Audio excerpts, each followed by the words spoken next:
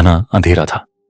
हवा में एक अजीब सी सनसनाहट थी, जैसे कोई गूढ़ रहस्य कानों में कुछ कहने को हो, लेकिन हर बार कुछ कहकर भी चुप हो जाए। चारों ओर वीरान रात पसरी थी। ना कोई आदमी, ना कोई आवाज, बस कभी कभी दूर से उल्लू की हूक और पेड़ की फुनगियों से गिरती हुई बूंदों की सधी सधी टप। राजा विक्रम का चेहरा दृढ़ था, लेकिन आंखों में हल्की सी जिज्ञासा की झलक थी। उसने बेताल को अपने कंधे पर कसकर बांधा था, लेकिन बेताल तो जैसे शरीर में होकर भी हवा में घुला हुआ था। अचानक जैसे किसी अदृश्य धड़कन ने समय को चीर दिया हो, बेताल की आवाज आई, धीमी मगर चुपती हुई। राजन, तू बड़ा वीर है, पर क्या तेरी बुद्धि भी इतनी ही पैनी है? चल, एक कहानी सुन, और अगर तूने इसका उत्तर दिया तो मैं फिर लौट जाऊंगा उस सिरस के पेड़ पर। राजा चुप रहा। जंगल की सन्नाटी में सिर्फ बेताल की आवाज गूंज रही थी और कहानी का पहला रहस्य फिजाओं में तैरने लगा। एक नगर था जिसका नाम था संध्या नगर। वहां 3 मित्र रहते थे, एक राजा का पुत्र, दूसरा एक व्यापारी का बेटा और तीसरा एक तपस्वी का शिष्य। चलिए रोज की तरह शुरू से शुरू करते हैं। बहुत पुरानी बात है। धारा नगरी में गंधर्व सेन नाम का एक राजा राज करते थे। उसके 4 रानियां थीं। उनके 6 लड़के थे जो सब के सब बड़े ही चतुर और बलवान थे। संयोग से एक दिन राजा की मृत्यु हो गई और उनकी जगह उनका बड़ा बेटा शंख गद्दी पर बैठा। उसने कुछ दिन राज किया, लेकिन छोटे भाई विक्रम ने उसे मार डाला और स्वयं राजा बन बैठा। उसका राज्य दिनों दिन बढ़ता गया और वह सारे जम्बू द्वीप का राजा बन बैठा।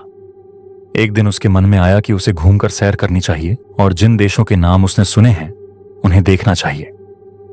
सो वह गद्दी अपने छोटे भाई भर्तृहरि को सौंपकर योगी बनकर राज्य से निकल पड़ा। उस नगर में एक ब्राह्मण तपस्या करता था। एक दिन देवता ने प्रसन्न होकर उसे एक फल दिया और कहा कि इसे जो भी खाएगा वह अमर हो जाएगा। ब्राह्मण ने वह फल लाकर अपनी पत्नी को दिया और देवता की बात भी बता दी। ब्राह्मणी बोली, हम अमर होकर क्या करेंगे? हमेशा भीख मांगते रहेंगे, इससे तो मरना ही अच्छा है। तुम इस फल को ले जाकर राजा को दे आओ और बदले में कुछ धन ले आओ। यह सुनकर ब्राह्मण फल लेकर राजा भर्तृहरि के पास गया और सारा हाल कह सुनाया।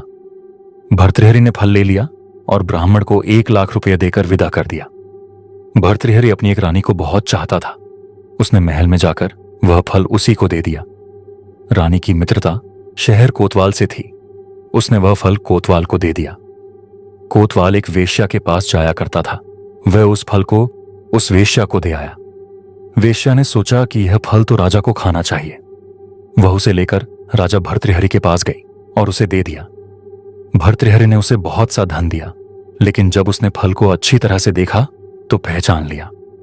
उसे बड़ी चोट लगी, पर उसने किसी से कुछ कहा नहीं। उसने महल में जाकर रानी से पूछा कि तुमने उस फल का क्या किया? रानी ने कहा, मैंने उसे खा लिया। राजा ने वह फल निकालकर दिखा दिया। रानी घबरा गई और उसने सारी बात सच सच कह दी। भर्तृहरि ने पता लगाया तो उसे पूरी बात ठीक ठीक मालूम हो गई। वह बहुत दुखी हुआ। उसने सोचा, यह दुनिया मायाजाल है, इसमें अपना कोई नहीं। वह फल लेकर बाहर आया और उसे धुलवाकर स्वयं खा लिया। फिर राजपाट छोड़ योगी का भेष बना जंगल में तपस्या करने चला गया। भर्तृहरि के जंगल में चले जाने से विक्रम की गद्दी सूनी हो गई। जब राजा इंद्र को यह समाचार मिला तो उन्होंने एक देव को धारा नगरी की रखवाली के लिए भेज दिया। वह रात दिन वहीं रहने लगा। भर्तृहरि के राजपाट छोड़कर वन में चले जाने की बात विक्रम को मालूम हुई तो वह लौटकर अपने देश में आया। आधी रात का समय था। जब वह नगर में घुसने लगा तो देव ने उसे रोका। राजा ने कहा, मैं विक्रम हूं, यह मेरा राज्य है, तुम रोकने वाले कौन होते हो? देव बोला, मुझे राजा इंद्र ने इस नगर की चौकसी के लिए भेजा है। तुम सच्चे राजा विक्रम हो तो आओ, पहले मुझसे लड़ो। दोनों में लड़ाई हुई। राजा ने जरा सी देर में देव को पछाड़ दिया। तब देव बोला, हे राजन, तुमने मुझे हरा दिया, मैं तुम्हें जीवन दान देता हूं। इसके बाद देव ने कहा, राजन, एक नगर और एक नक्षत्र में तुम 3 आदमी पैदा हुए थे। तुमने राजा के घर में जन्म लिया, दूसरे ने तेली के और तीसरे ने कुम्हार के।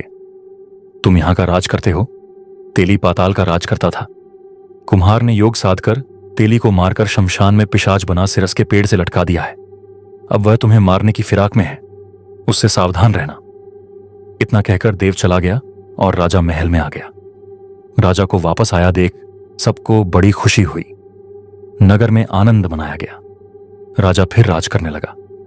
एक दिन की बात है कि शांतिशील नाम का एक योगी राजा के पास दरबार में आया और उसे एक फल देकर चला गया। राजा को आशंका हुई कि देव ने जिस आदमी को बताया था कहीं यह वही तो नहीं है। यह सोच उसने फल नहीं खाया, भंडारी को दे दिया।